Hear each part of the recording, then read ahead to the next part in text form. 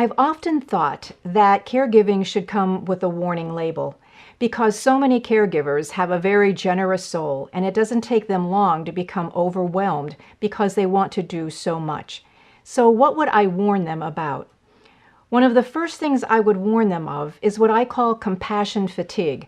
Some people call this burnout or being stressed out, but it doesn't take long when you really engage the whole journey of caregiving to become overwhelmed with so many things coming at you. One of the things is coping with illnesses and diseases. It's not uncommon today to find an individual in their 80s suffering from 3 chronic conditions. So you might be helping them contend with conditions such as diabetes, osteoporosis, arthritis, heart disease, or even dementia. It doesn't take long for an individual with any of those kind of chronic conditions to have a change in their body status, and as a result, you're scrambling to begin to take care of them. You're also finding that with caregiving today, many people, many caregivers, are juggling multiple roles. They're working, they're raising children, they have to meet the demands of their family, their relationships with their spouse and other loved ones, and it becomes very difficult. Oftentimes you'll see today that the average caregiver won't take long for them to be spending up to 20 hours a week. It's like another part-time job. And there's well over 1 million people who are caregivers in Pennsylvania alone. There's also the financial strain with caregiving. It doesn't take long for expenses that are out of pocket to start adding up, where Medicare won't cover it, Medigap, or any other insurance policies. Even paying for things such as a TENS-DALT briefs can really add up. Beyond that, there's the care that's involved when you go to live in assisted living, and those prices can range up to $3,000, $4,000 a month. Or if an individual needs skilled nursing care, and they're past their 100 days with Medicare, they'll often find that those prices can range up to $350 a day. Caregivers often don't realize how much family dynamics affect their caregiving. Rarely is there just one issue at stake. There's often 3 or 4. And one of them at the core is dependence versus independence, especially between adult children and their parents. The older parent wants to remain independent for as long as they can, but sometimes the adult child might be very concerned about them, especially if they have dementia or other conditions, because they begin to worry about their safety. And so at the heart of some conflicts will be the debate between someone remaining independent or dependent. There are also multiple parties involved, especially if you have siblings or a family is rather large. Different individuals are going to have different opinions on how problems should be solved. Each member also has a different relationship with that caregiver. And this is something that I often tell siblings, because many times we think, well, we've all been raised with the same family and the same parents, so we have that same relationship. But of course we don't. Because there's so many moving parts and each member has a different relationship with their parent, and there's different decisions to make, sometimes I've seen where family members just get that kind of deer caught in the headlights look because they don't know what to do. And as a result, they sort of step back, and then inertia sets in and no one does anything, which of course isn't in the best interest of the person you're providing care for.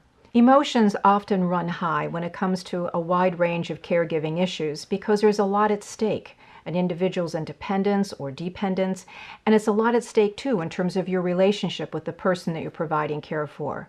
So you can count on emotions running high, and sometimes that will surprise you. And for the thousands and thousands of people who are struggling with dementia, their caregivers find that there is no such thing as normal any longer. And they have to constantly adjust. As soon as they think that they've understood what they need to do and get into a routine, something will change with that individual status, or they'll slip farther and farther into their dementia, and causing the entire family to regroup and find a new normal. So how do you manage all of these issues? How do you manage your caregiving? Well, the first is to keep your loved one in control. Start off by making sure that you're carrying out their wishes. And so you can start a conversation with them, such as, Dad, I really want to know what your wishes are, so that in case you aren't able to express what you want or need in a hospital, I'll know what you want. I want you to remain in control. So if you approach them that way, it's not about you taking over or telling your parent or your loved one what they need to do. One of the ways of knowing their wishes, and it's what I call playing out what-if scenarios. So you'll ask your parent or loved one, what if, Dad, you were in the hospital, you had a stroke, and you're going to have to be discharged in a couple of days, and they want to place you in a skilled nursing care center, and it would be temporary while you recover from that stroke. Well, where would you like to go? Or what hospital would you want to go to? Who's the doctors that you have been seeing? If you're going to receive some care in the home, what would you like in terms of that kind of care? If you play out those what-if scenarios while an individual is well, then they're not going to be so threatened by really exploring some pretty honest and candid answers. The other is to put together what I call the paperwork. And the paperwork that everyone should have is a durable healthcare power of attorney, durable mental health care power of attorney, and a living will. These are all forms that you can receive from an elder care lawyer. Some of these you can even access on the internet and fill them out as long as you have witnesses. You should also use an elder law lawyer to help with the will and a trust. Everyone should have one. Another very helpful tool is a personal property memo. This is basically a list of gifts that your loved one wants various family members to receive, and it takes out the uncertainty of who is to receive what. Next, I'd like to review 5 let's get to it steps. Get physical, get mindful, and get on top of drugs and medications. Get organized, get informed. So let's start with the first one, get physical. The first thing you want to do is to find a primary care doctor to coordinate your care. The older individual today is confronted with what I call body parts medicine. If you have a heart condition, you're seeing a cardiologist. If you have a foot condition, it's a podiatrist. If you have an eye problem, it's an ophthalmologist. It's all these different ologists that older people have to see. So you're going to be organizing much of that care and meeting with these different doctors. If you find someone who provides that primary care and they're an organizer of that care, kind of like an air traffic controller, that will make providing that care much easier. Prescriptions can also be used as creative solutions where you can ask your doctor to write a different kind of prescription for your loved one, and you think it would be very important for her to attend a support group. You could approach her family care doc and ask him or her to write a prescription to get your mother to go to a support group. She'll often listen to a physician, perhaps before she's going to listen to you. You can also use them for other reasons too, such as asking you to watch a video or your loved one to watch a video to better understand how to manage their diabetes. Or you could use it for respite care, maybe 3 hours a day.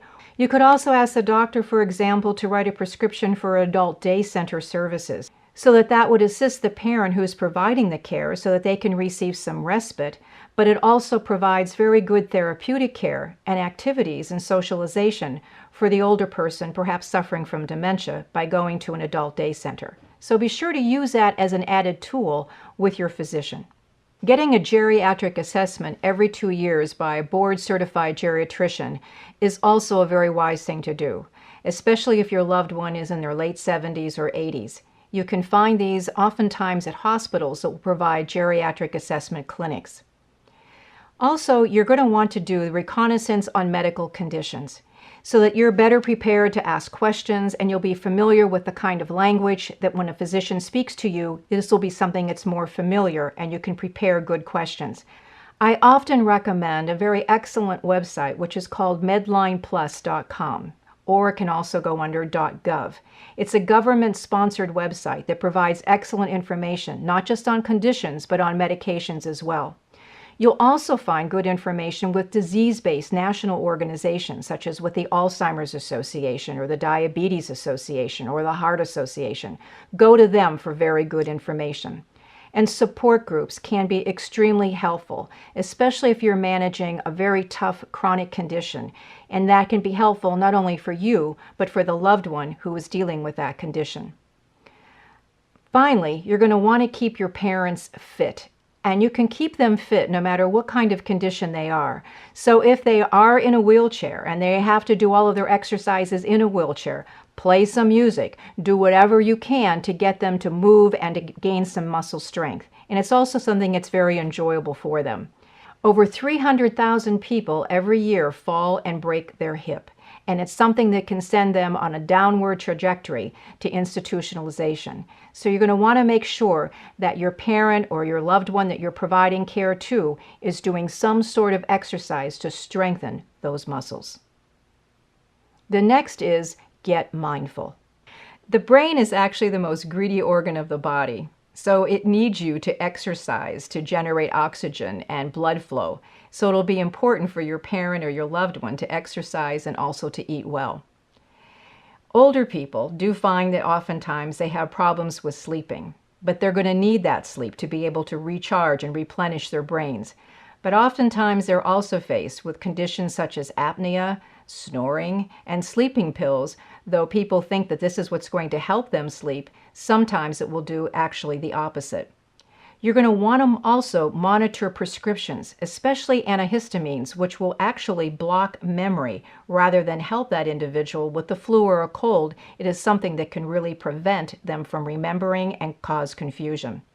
Other conditions such as hypothyroidism and vitamin B12 deficiency will actually mimic symptoms of dementia. So it's important to convince your older person that if they are showing signs of confusion, to take a look at their prescriptions and get them to go to a physician, because maybe it is as easy as something to fix, such as a B12 deficiency. Depression is one of the most missed diagnoses among the elderly. And part of the problem is our view among physicians who think that this older individual who has just suffered perhaps a loss of a job, they've also lost a spouse, they've lost their mobility, they might be losing some of their sight. And so the younger physician might begin to think, well, I don't blame them. I probably would be depressed myself. And as a result, we're really not dealing with levels of depression that we should among older people. Of course, they're going to feel sad, and that can be normal, but there are oftentimes points where that actually can become clinical depression. So it's important to observe and talk and ask questions to find out if that is a problem. Alcoholism, gambling addictions, and suicide are something to take very seriously among the elderly. A lot of people don't realize that suicide rates among older men are actually the highest among any other population segment. Ask, talk, and observe your loved one's behavior. See if they've actually experienced a loss of appetite. Have you found them stop talking about going out with friends or taking part in hobbies that have always been very important to them? Those could all be signs of depression or other kinds of health conditions. I think one of the most important things we all can do is to help an older individual feel that their life is meaningful. Even an individual with dementia can still make decisions. They can still decide what they want to wear today or what they want to eat. Also, for those individuals who might not be suffering from dementia but who are independent and living alone, they too need to know that they matter in your life. I often recommend to families that, if you have a grandchild, an adult grandchild even, to call their grandparent and ask them for advice or get them involved in a homework assignment. It's just so important for them to know that they still matter in your lives. And finally, when it comes to being mindful, remember that the answer always isn't in a pill. Our next step is get on top of drugs. More drugs and prescriptions lead to more likely side effects. If an individual has 3 or 4 chronic conditions, it doesn't take long for them to be on 5 different medications. And if they're on 5 medications, it really increases the likelihood that they're going to have some sort of adverse event or side effect contradictory to the other drugs that they're taking. You don't want to jump to conclusions, especially for those drug reactions that are going to mimic dementia. I've often seen where an individual will show signs of confusion or irritability, they can't remember, they start to lose their gait or their balance, and as a result, family members will start to think, oh my gosh, my loved one has Alzheimer's disease, and they begin making decisions based upon those kinds of observations, when in actuality, it could just be the medication that they're taking or how those different drugs are interacting with each other. Another important thing to remember is that people do not share pills. And though your parent might be independent and they're off at a senior center and you think things are just fine, I saw very frequently when I used to visit senior centers as a secretary of aging, where some older folks would think they were doing each other a favor by sharing them pills that they decided they didn't need any longer, or perhaps they didn't have a good reaction to, but they thought, when they listened to their friend and she told them the kinds of symptoms they had, that, gee, that was familiar to me, that's the same thing I had, maybe you would like to use some of these drugs and that will save you some money. Sharing drugs and prescriptions are never, never a good idea. It's also helpful to explore alternative medicine. Sometimes acupuncture can be something that's extremely helpful for an individual rather than be on a medication, or to try chiropractic to see if that will help, or reach for a heating pad or ice and to see if that will help with the pain rather than reaching for a pain pill. Over 100,000 elderly are hospitalized each year due to drug reactions. Get organized. You'll want to create a system for the medications that you need to keep track of, all of the contacts of the different healthcare providers you're working with, and the conditions that your older individual is faced with. Every specialist needs to know what the other is doing. And the way our health system is organized today, or actually I should probably say disorganized, regretfully, it's really going to be up to you to make sure that they have all of the information in front of them, especially when your older loved one is seeing a number of different physicians. So it's important to bring forms and information to the doctor's office so that they know the different doctors that your loved one is seeing, the conditions that are being treated, and all of the medications that they're taking. If you'd like, I do provide forms on a medical biography, emergency data, and a MedMinder on my website that are totally free that you can access at any time. Chances are you're going to be interacting with many medical providers. So you want to ask one of them to be the quarterback for you, to be calling the others on your behalf and your loved one's behalf when you need to coordinate care. You're also going to want to ask to get copies of lab and test results. But one thing that I think is very important to remember is that never assume that no news is good news. Some doctors' offices might tell you, well, if we don't get back to you, everything will be okay. But oftentimes they're seeing a great number of people and you can fall through the cracks, and they might think that you had been given that information. I always recommend to families that you should call about 4 days later or ask the doctor's office before you leave who you should call and in how many days, and be sure to follow up with that call to see if those lab and test results have been completed and what they are. I'd also recommend that you take all of your drugs to the general practitioner for a drug checkup, perhaps once every 3 or 4 months, or when new medications have been added. I think it's very helpful if your GP actually looks over those medications to make sure you aren't taking something that's contraindicated or isn't on the list, or you didn't know how to list it accurately. Our final let's get to it step is get informed. And the group that you want to get to know is the Aging Network. And it begins with the area agencies on aging. There is practically one in every single county in Pennsylvania. And that agency is there to provide coordinated care within a community and to also plan for the services that are needed for your loved one. You can find your area agency on aging by looking in the blue pages of your phone book under Government Services, and also to call Elder Care Locator. It's 800-677-1116. This is a national phone number, so that if you have parents who are actually in another state, they live there or they're visiting there, and you need to contact the Area Agency on Aging, you can call that number and they'll let you know of the one that's closest to you. One of the most helpful programs is a caregiver support program, and you'll want to call the Area Agency on Aging to access that program in terms of the services that you and your family member can receive.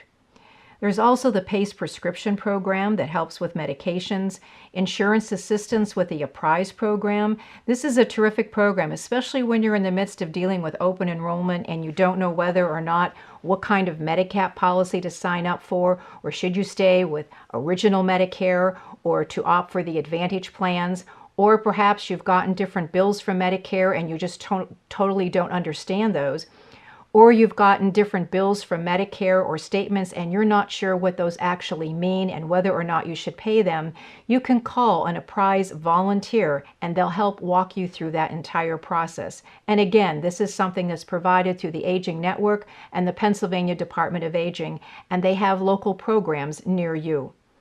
There's also the Options Program, and with this program, it provides different options for family members to care for their loved ones at home when they have skilled nursing needs, and they actually could be eligible to be in a skilled nursing facility, but instead they're opting to remain at home. Again, call the Area Agency on Aging to see if your loved one qualifies for those services. Your local senior center can be a terrific friend for your older loved one and for yourself in terms of the kinds of services that they provide, the socialization, and the terrific information that they provide so many family members when they're providing caregiving. You can also call in Pennsylvania the Long-Term Living Helpline at 866-286-3636. There's someone waiting to help you understand all the different services and programs and some of the eligibility criteria for caregiving services for your loved one. One of the most common issues that caregivers face is dealing with living arrangements. In the past, we used to think that there were just two options. Either people stayed at home or they were placed in a nursing home. But today there are so many more options available to people. You can live on your own. It can be at an independent living center or in apartment housing. It can also be in your own home where you provide different services to make it possible to stay there. Or it can be with shared apartments. And there's even something that's called eco housing, where you can actually place and construct a pre-made cottage right on your property. There's also semi-independent living arrangements. Assisted living is one that many of us are familiar with, and sometimes that can cost between $3,000 and $4,000 a month. In this situation, an individual receives room and board, oftentimes their meals, and they'll have some recreational services that are provided to them. Some of them provide transportation. But it's important to know that this is not a kind of service that provides one-on-one care. There are also CCRCs, continuing care retirement communities, and life care programs where individuals pay upfront a rather substantial fee to be part of a living community. The benefit is that they'll be able to receive all levels of care, whether it's home health care, assisted living, or skilled care, all on one campus. And finally, there are living arrangements that are care-focused. And in this situation, you'll find skilled nursing care for individuals who are recovering from a particular condition, say for instance, a hip fracture or a stroke, or this will be individuals who will stay there for the long term because they require long-term care. There are also adult day centers that provide care, therapeutic care, and activities, recreational activities throughout the day while you're able to go to work, or why, let's say, for instance, your mother is providing care to your father who has dementia and she really needs respite care and he would benefit from the care during the day. In addition, there's home health care, where that care can be provided in the home. That's usually very helpful after a post-hospitalization to help individuals recover. Most people, of course, love to remain at home. And if they're living alone, there are a lot of services and technologies today that can make that possible, even for individuals who are suffering from mild dementia. The first thing is you're going to want to assess their ability and options to be able to be at home. There's a number of high-tech things that are available today that can be extremely helpful. One, of course, is the old standby of the personal alert systems that you're able to wear to be able to notify someone that you have fallen. There's also some new developments in that field where I've seen with life care, they actually now have sensors that are placed in those personal alert systems so that if an individual falls, it actually detects the trajectory of the fall. So that, say for instance, they had a stroke and they're not able to actually push the button is going to go off automatically because of that sensor. That's a new technology that I think is extremely helpful and valuable.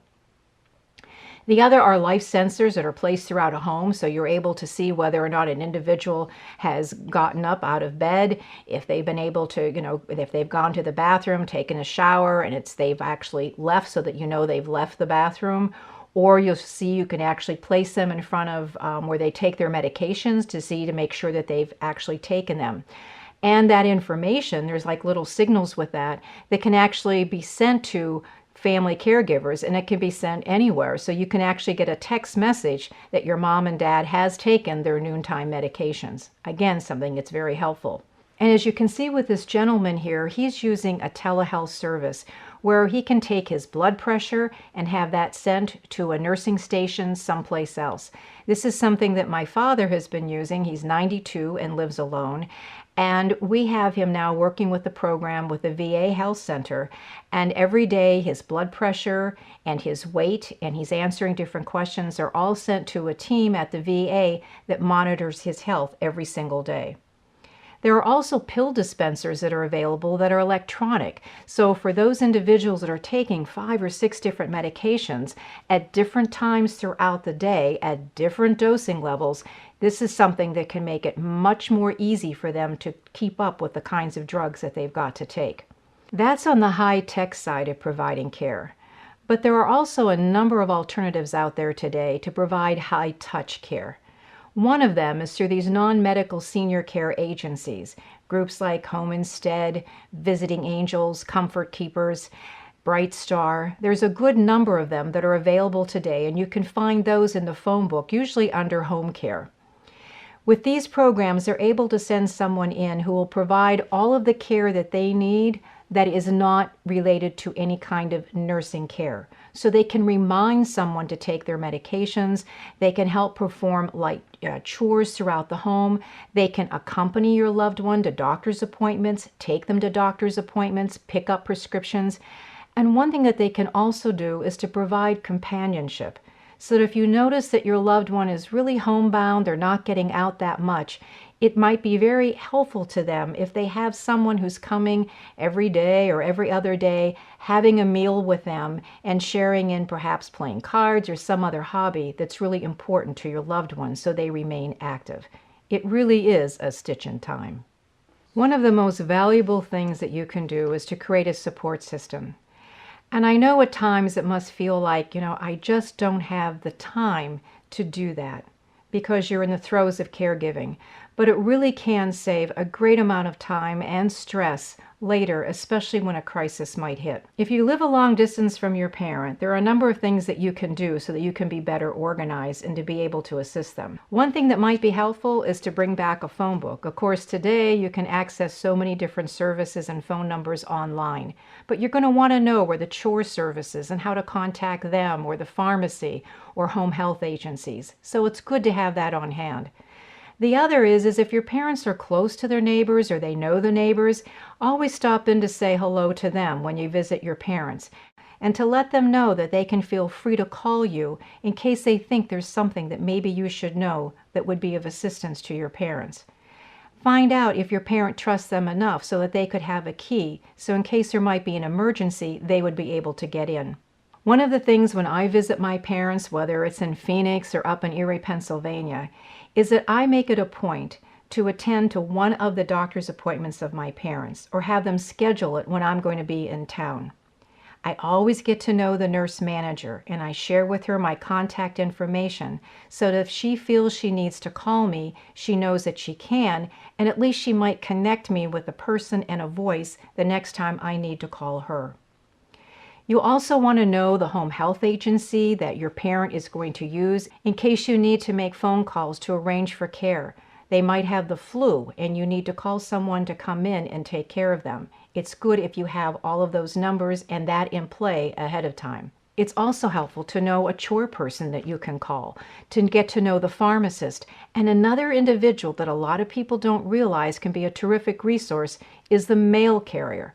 Oftentimes, they're going to know your loved one's schedule better than you are. And there is a service with the post office whereby you can ask that the mail carrier notify the local area agency on aging if they think something is amiss. It's something that can be extremely helpful. A service that a lot of people don't realize exists that can be extremely helpful if you're caring for a loved one from a long distance are geriatric care managers. Many times they are social workers or nurses in a private practice, and they provide case management. They will make arrangements for doctor visits. They'll go to those doctor visits. They'll help you with the paperwork and organize the kind of care your loved one needs. They'll even make visits to the hospital to make sure that they're being well taken care of while you're en route getting there to see your parent. Area agencies on aging, I've mentioned before, they are a very important resource for you to access all kinds of services, so get to know them. Non-medical senior care, we talked about that a little bit earlier. Again, that can be a terrific resource for you and a support system. It's also wise to share visit schedules with your siblings. That way your parent can have their coverage more widespread. So one example I've used is that in our family, we have it set up where on Monday nights, I call my father. On Wednesdays, it might be my brother. And on Fridays, it could be my sister. And that way, throughout the entire week, mom and dad are receiving phone calls. And we do the same thing when it comes to actually scheduling visits with our parents. And faith-based services are also a terrific resource to add to your support system. You don't always have to belong to a congregation or a synagogue to tap into those services. Many of them offer friendly visitor services, which can be a big help to your parent. They might be able to provide respite services, transportation services. So don't forget to call on them if you feel you need some added help and some support for your loved one. And now we're on to our final point of our Caregiving 101 series. Make it a family affair. Rarely should caregiving ever be a solo act. Even if you're an only child, you can still reach out to friends and other extended family members to assist you. You want to share your tasks with your relatives. Focus on the needs that match the skills in your family. Oftentimes that might mean forgetting birth order. In my family, it's my younger sister who's the nurse, and so she's the one making a lot of the calls to different physicians to get reports on my parents. I'm the firstborn, so in the past, oftentimes I've been the one that my little sister has looked up to or asked for answers. But in this situation, I've learned to match those skills with my sister. If you have siblings that live long distance, it doesn't mean they get to be missing in action. There are plenty of things that family members can do, no matter where they live, to assist with caregiving. It's really important to keep the communication channels open when you're providing caregiving. Call meetings with other family members. Do three-way phone calls if you need to. You can do conference calls, email each other. You can join websites where you can provide information to each other and keep all family members posted, especially when someone is going through a very tough patch. Care Pages is terrific for that kind of resource. You can also use Skype, which is a wonderful thing for those loved ones who lived in skilled nursing facilities. If you're able to take your laptop and Skype other family members to them, it makes them feel so much more connected. Reach out to friends and neighbors and faith-based groups. Let people know that they can help you. When someone comes to you and says, "Gee, I really want to do something, what can I do?" I recommended to family members to have like a little list or even cards that they can share with individuals, so when they do ask, you have something for them to be able to do. And finally, one of the most important things to do is that who is ever providing the care, whoever that primary caregiver is, if it's you as a spouse or if it's your parents providing care to another parent, really look out for that caregiver. Provide them the support. Make sure that they're not suffering from caregiver fatigue. And if you're the caregiver, you're the primary caregiver, it is so important to take care of yourself. And I know that seems counterintuitive, and there are times where you feel like I just don't even have the time for myself anymore. If you're saying that, then chances are you are going to suffer from compassion fatigue. You will be burned out, and it will become too stressful. So be sure to take care of yourself. Congratulations, you just completed Caregiver 101. Again, thank you for attending. And may you and all those you love age well.